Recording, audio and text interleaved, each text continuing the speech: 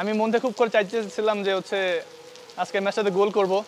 আর যখন দেখলাম যে আমরা 1-0 গোলে জিততেছিলাম, তো আমার মনে হচ্ছিল যে আরেকটা স্কোর করা খুবই প্রয়োজন। তো খেলতে খেলতে মানে স্কোর করে ফেলছি, এটা আমার জন্য অনেক আমার খুব ভালো লাগছে এই ব্যাপারটা।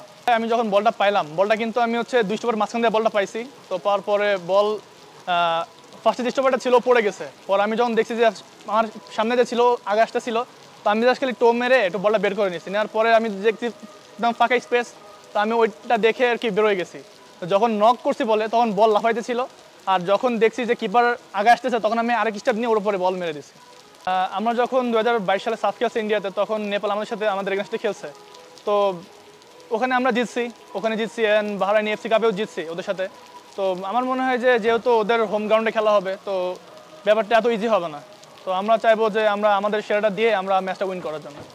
এটা ইন্টারন্যাশনাল ম্যাচ, আর এখানে যারা খেলবে, যারা বেস্ট 11 খেলবে, তো সবার মেন্টাল এরকম থাকবে যে ফ্যান ফলোয়ার ওদের থাকবে, এটা স্বাভাবিক, নর্মাল।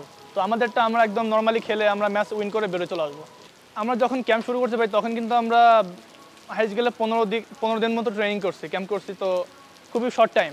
তো এই 15 দিনে আমরা যা যা করছি, আমাদের কোচ মারফুল স্যার উনি আমাদেরকে যা যা দিছে, আমরা সব কিছু ঠিকঠাকভাবে করে ট্রাই করছি, অ্যান্ড ওগুলো আমরা মাঠে অ্যাপ্লাই করতেছি। তো আমার মনে হয় যে কালকের ম্যাচটা আমরা ঠিকঠাকভাবে বের করতে পারবো।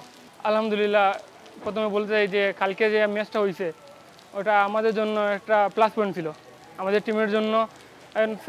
কালকে ম্যাচ জেতার পর আমাদের অনুভূতি ভালো, আলহামদুলিল্লাহ। এখন আমাদের টার্গেট হইলো সামনের ম্যাচের জন্য। টার্গেট ছিল যে আমরা কোনো উপায়ে আর একটা গোল দিয়ে এগিয়ে যাওয়াবো। অলরেডি এক গোল ছিল আমাদের, 2টা।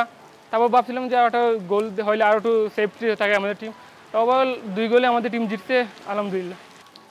অবশ্যই সবাই ট্রাই করছে ওর সেরাটা দেওয়ার জন্য, কোচ যেটা বলছে ওইটা প্রয়োগ করার জন্য। তা সবাই মোটামুটি আলহামদুলিল্লাহ প্রয়োগ করছে। দর্শক বেশি হইলে অবশ্যই চাপ হবে এগেস্ট টিমের, আমাদের টিমের জন্য। কিন্তু আমরা ওই দর্শকের উপস্থিতি আমরা একটু উপভোগ করবো, আমরা ওদের সাপোর্টের বিষয়ে আমরা পাবো আগে, এটাই।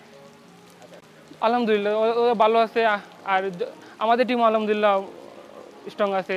ইনশাল্লাহ কালকে আমরা ম্যাচ উইন করে আসবো। ইনশাল্লাহ আমরা কালকে মাঠে নামবো জয় নিয়ে আসার জন্য।